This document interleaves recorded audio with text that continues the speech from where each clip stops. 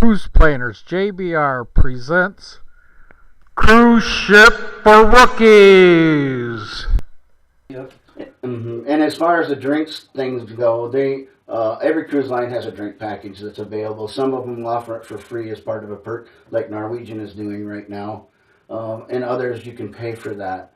But that is actually regulated by the United States, and how they get around that is because all the ships are registered to like Panama or someplace like that. Now, of course, the Pride of America in Hawaii is a U.S. ship, and they can't even offer you the drink package because of the taxes and stuff. All right. So yeah, see, now you wouldn't know that if I didn't tell you, right? That's why you have me. Hey, I got a question though, especially with what happened a few weeks ago, that tragedy. Mm-hmm. What if I'm on my way and God forbid something like that ever happened again, but anything that I didn't make it to the departure time? Yeah, you didn't make it to the port. Well, we'll go into this a little bit more in detail on probably the next segment, but you really do need to buy travel insurance. And like I said, we'll go into more detail on that, but if you didn't have travel insurance, you're kind of out of luck. Right. You either have to pay out of your pocket to get to the port where the cruise ship is going to be next, or you ask for a refund and maybe get 50 to 75% of it back in the form of a future sailing certificate. Yeah, and that's not just from that tragedy. That's weather delays. Absolutely. The plane, something that, because I know I've gotten on a plane before and we had to sit for 3-4 hours because they had fixed the water. Yeah. Yeah, and there's various forms of that. Like if you buy your airfare right directly through the cruise line, they would get you to the next port. And like I said, we'll go into that some more. Every cruise line, they all have contingency plans in case something like that happens. But we'll go into that in our next segment in a little bit more detail. And do you have like a refund policy or that? Of my own? Yeah, say like, okay, I called, booked with you. Mm-hmm. And something came up where I couldn't go. Well, in most cases, unless you book, certain cruise lines there's different types of fares, and that's another reason why you need to contact me directly. And we can expand on that in the next section too, Danny, of why I actually need to talk to you, not just communicate via email or messenger on Facebook. There's always a really, really, really cheap rate for everybody. Uh-huh. That's not refundable. Uh-huh. Some of them call it early saver, some of them call it this, some of them call it that kind of thing. If you put your deposit down and change your mind, you're just out of luck. Okay, not always, but right. But sometimes. If you book into other different categories, your initial deposit is almost always refundable up to 120 days prior to your departure. Okay, as we're going to get further into this, I don't want to miss out on anything.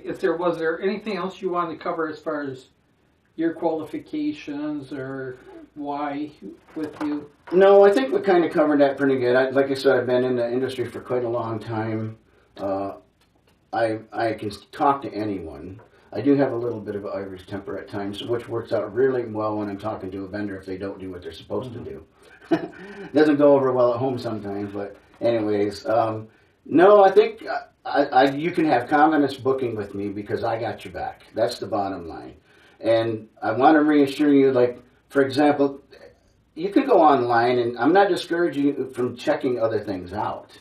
Mm-hmm. And in fact, I encourage that. Because if you go and look online or call the 800 number first and get a price and you come back to me and say, hey, here's what I got, as long as I know every detail about it so I can compare apples to apples, I'll bet you I can beat it. Now, I don't always, but in the cases where we're tied, why not book with me rather than get that commission to somebody that you don't even know? That'd be like just going out to first car dealership and buying that. Nobody does that. You buy a refrigerator, you buy a computer, you buy a television. You don't buy the first one that you come to. Nobody does that. No. So why, when you're going to spend thousands of dollars on a vacation of a lifetime, would you take at face value what an 800 number operator tells you or what that internet does? Don't do it. But I want to remind everybody out there to make sure that you go to my website, www.4funandthesun.com. My personal Facebook page is Jerry Roach. My Cruise Planners page is Cruise Planners JBR, and I encourage you, once you go there, first of all, like it.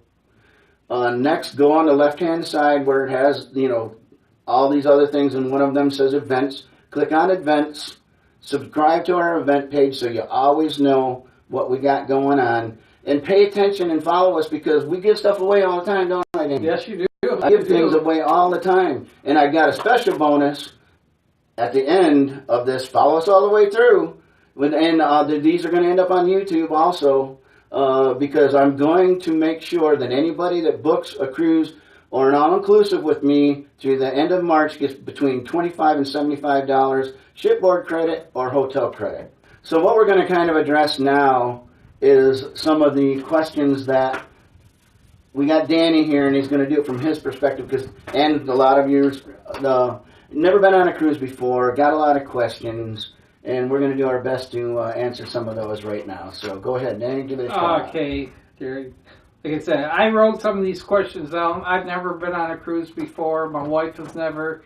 And we sat down together and we wrote questions that we thought we'd ask. And if there's a question you want to ask it. Don't be afraid. Okay, first thing off is, how soon do I got to be at the ship before it departs? Well, usually they take off in the late afternoon or the early evening, and they won't let you get on the ship, generally speaking, until about noon anyhow. We usually try to get everybody there as soon as they'll let you on so that you can start.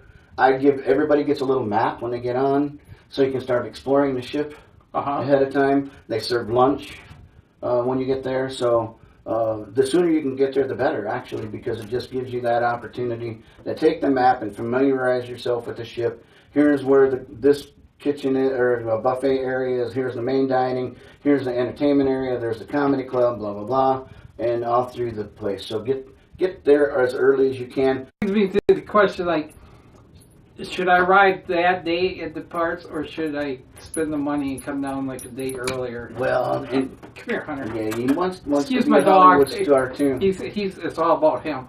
A lot of that has to do with when you're going. But if you're leaving Michigan, for example, and November through March, I'd go down the day before. In fact, if I have groups that go down, I pretty much tell them they need to and make the arrangements for them to go. You don't want to be, and plus, if you wait till the day that you go and you fly in and you go through all that, and we've all been through the airports, whether you went on a cruise or not, probably been through there. Do it on the day that the cruise leaves, if you can help it, because you just end up going through a lot of stuff, and you're already tired when you get there. That's right. How do I check in? So when I get there, you said you provide the transportation from the airport to the boat, to ship, whatever. What do I do? How do I check in? Well, you're actually going to check in about 30 days before the ship leaves. You're going to get a link from me that tells you that, okay, it's time to go online and do the check-in. And it's at that point where you put in all your personal information, your emergency contact information. If you're going to pay for, and this is something that we need to discuss as well, we're kind of getting a little bit ahead of ourselves in a way, but because I'd like to address fears and concerns about first-timers too going. But you'll go online and you'll put in your information, including your credit card if you're going to pay for stuff online. The cruise lines are a cashless system. And we'll expand on this in a little bit, okay? Okay. So that could, because there was a question about tipping and that kind of stuff, and we'll address that, make a little note to get to that. But we're getting way ahead of ourselves on that first. I kind of like to address the concerns of first-time cruisers as far as what is there to do and stuff like. Here's a common one that I get all the time. I don't think I can do it because I might be seasick. Yeah. Okay, that's probably the most popular one, or the biggest reason people use to not go on a cruise. Let me give you a little analogy. If you are on a cruise ship, and I've actually done this, left accidentally or on purpose a glass with some type of liquid in it on the counter in my stateroom, it's going to be at the same level in the morning as it was when you put it there. Take that same glass, 3/4 away full of a liquid, put it in your cup holder in your vehicle, and drive down the street and make a turn. You're not going to have the same amount. Yeah.